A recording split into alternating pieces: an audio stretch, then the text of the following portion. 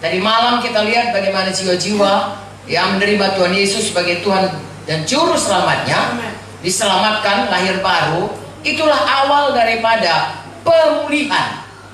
Bagaimana manusia itu yang tadinya sudah mati di hadapan Tuhan, lalu pada waktu dia berseru kepada Tuhan, Yesus, Engkaulah Tuhan, Engkaulah Juru Selamatku, maka roh Tuhan kembali menghidupkan rohnya, dan dia mulai hidup. Dan dia pindah daripada kegelapan kepada kerajaan sorga. Dan Tuhan mulai mengerjakan kehendaknya semula, yaitu kita diciptakan segambar dengan dia. Saudara baca dalam buku Kolose 3:10 dan Roma 8:29 dikatakan kita ini Tuhan mau ubahkan kita hari lepas hari sehingga kita segambar dengan Tuhan. Mengapa kita diubahkan? Karena memang saudaraku, Tuhan bersekutu dengan kita yang segambar dengan dia. Dan Tuhan suka, seperti dulu dia menciptakan Eden, dia mau memang tinggal di dunia, bersekutu dengan kita. Tetapi dunia sekarang ini sudah hancur atau sudah rusak oleh dosa. Jadi tidak mungkin manusia ini dikembalikan ke Taman Eden. Lalu Tuhan buat rumah yang baru, bumi baru, langit baru, dan Yerusalem baru. Tempat kita bersama dengan Tuhan. Jadi kita, saudaraku, tidak lagi kembali ke Eden untuk menggenapi rencana Tuhan. Satu waktu kita akan sama-sama di Yerusalem baru, bumi baru dan langit baru. Itulah rencana Tuhan. Dulu saya tidak tahu itu, saudaraku.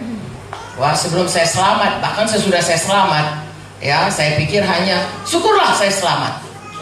Dari tadi malam saya bersaksi, saudaraku, syukurlah saya selamat. Kemudian satu persatu Tuhan bukakan bahwa kalau kita selamat, Tuhan itu adalah Jehovah Rafa, bisa menyembuhkan. Kalau saya selamat, Tuhan itu adalah Jehovah Nisi yang memberikan kemenangan. Ya, Jehovah Shammah, dia Immanuel yang selalu beserta dengan kita, dan seterusnya. Begitu banyak nama Tuhan yang menunjukkan sifat-sifat Tuhan.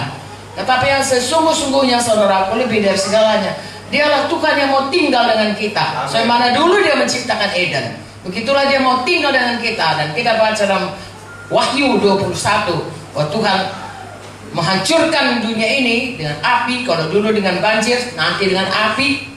Kadang-kadang ya saudara, orang Kristen jarang sekali membicarakan mengenai Yerusalem baru.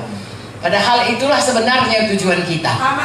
Ya, kalau melihat firman Tuhan ini, ya, kalau misalnya lah saudara mau ditempatkan di Amerika, ya, pindah menjadi katakanlah duta besar di Amerika ataupun dapat kerja di Amerika, kita akan mempelajari bagaimana orang Amerika. Kita nggak akan makan dengan tangan, kita akan makan pakai sendok, pakai garpu dan lain sebagainya. Kalau pindah ke Tiongkok, kita akan belajar muka sumpit. Kita belajar cara hidup di negara yang kita mau datang. Kita akan ke Yerusalem baru. Mari kita belajar bagaimana sesungguhnya hidup orang-orang yang mau ke Yerusalem baru. Haleluya.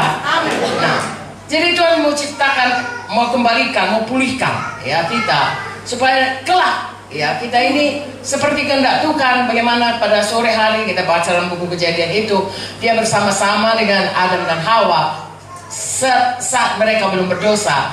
Dan Tuhan memang itu sebenarnya Tuhan Yesus datang ke dunia dan berupa manusia, saudaraku, sehingga nanti kalau kita pulang kita tidak merasa asing karena dia pernah di dunia ini dan sudah mendahului kita ke sorga dengan tubuh yang baru. Kelak kita akan diubahkan seperti dia dan hidup bukan hanya roh saja tapi punya tubuh. Memang itulah rencana Tuhan. Jadi saya dan saudara punya ekspektansi, punya pengharapan, punya iman, punya sukacita. Kelak kita bukan hanya di Lubuk Linggau, tapi di Yerusalem baru bersama-sama selama-lamanya kita bersama dengan Tuhan. Di mana di situ tidak ada lagi setan karena setan sudah dihukum, saudaraku. Jadi kalau sekarang ini kita masih menghadapi banyak persoalan, tidak usah kecil hati, saudaraku. Ya, itu hanya sementara. Paling-paling 80 tahun, 100 tahun kalau kita ya hidup di dunia 100 tahun. Setelah itu selama-lamanya. Selamanya itu nggak 1000 tahun, nggak 1.000.000 tahun, nggak 1.000.000 tahun. Selama-lamanya bersama dengan Yesus. Itu sebab. Oleh sebab itu kuatkan hati kita, saudaraku. Apapun yang kita hadapi, Tuhan sudah menunggu kita pada tempat yang sangat baik bagi kita. Haleluya. Jadi itu sebabnya sesudah seorang itu lahir baru, dia dikatakan dalam Injil Markus 16 ayat 15 dan 16, ya, beritakanlah Injil, jadikanlah semua bangsa muridku. Tapi di bawahnya, baptiskan mereka. Siapa yang percaya dan dibaptis, maka dialah yang diselamatkan. Jadi sudah kita lahir baru, kita harus dibaptis. Ya, ini tentunya kita di sini semuanya sudah dibaptis. Amin. Tapi saya sampaikan ini supaya saudara semua membawa jiwa-jiwa baru yang sudah percaya itu. Seberapa banyak yang mau supaya mereka mau dibaptis. Amin. Mengapa? Karena kehendak Tuhan supaya kita itu berubah kembali menjadi segambar dengan Dia. Dimulai dengan proklamasi kita pada waktu baptisan. Karena waktu dibaptis kita memproklamirkan kepada dunia, kepada setan yang mau mengganggu kita selalu, dan kepada Tuhan yang kita sembah, bahwa kita menanamkan manusia lama dan bangkit kepada manusia baru di dalam Yesus. Jadi hari lepas hari kita berjalan dalam manusia baru. Kita sudah punya nazar, punya janji. Orang Kristen tidak bersumpah, ya. Tetapi itulah proklamasi kita, ya. Seperti kalau Indonesia memproklamirkan kemerdekaannya, saudaraku, tidak ada satu bangsa pun, ya, lagi bisa menjajah kita. Begitulah sebenarnya baptisan itu proklamasi kita. Aku bukan lagi hamba dosa. Aku sudah hamba kebenaran. Kita berjalan dalam, ya, nazar kita itu. Ya, tiap hari saudaraku kita harus berubah. Itu sebabnya kita harus rajin membaca firman, supaya Roma 12 ayat 2 berkata supaya dibaharui pikiran kita ini.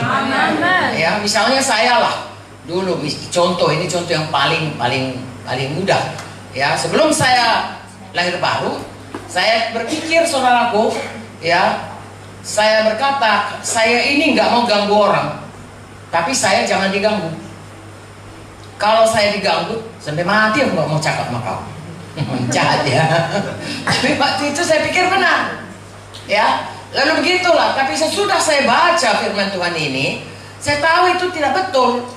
Saya harus membaharui pikiran saya. Amin. Nah, pikiran saya karena firman Tuhan berkata, saudara, kita harus selalu mengampuni. Amin. Atau memberkati orang yang menganiaya kita.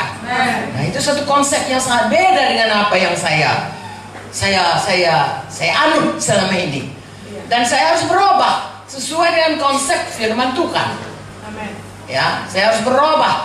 Begitulah saudaraku hari lepas hari, sehingga hidup kita itu makin lama makin menjadi seperti Yesus. Karakter kita berubah, kodrat kita berubah. Amin.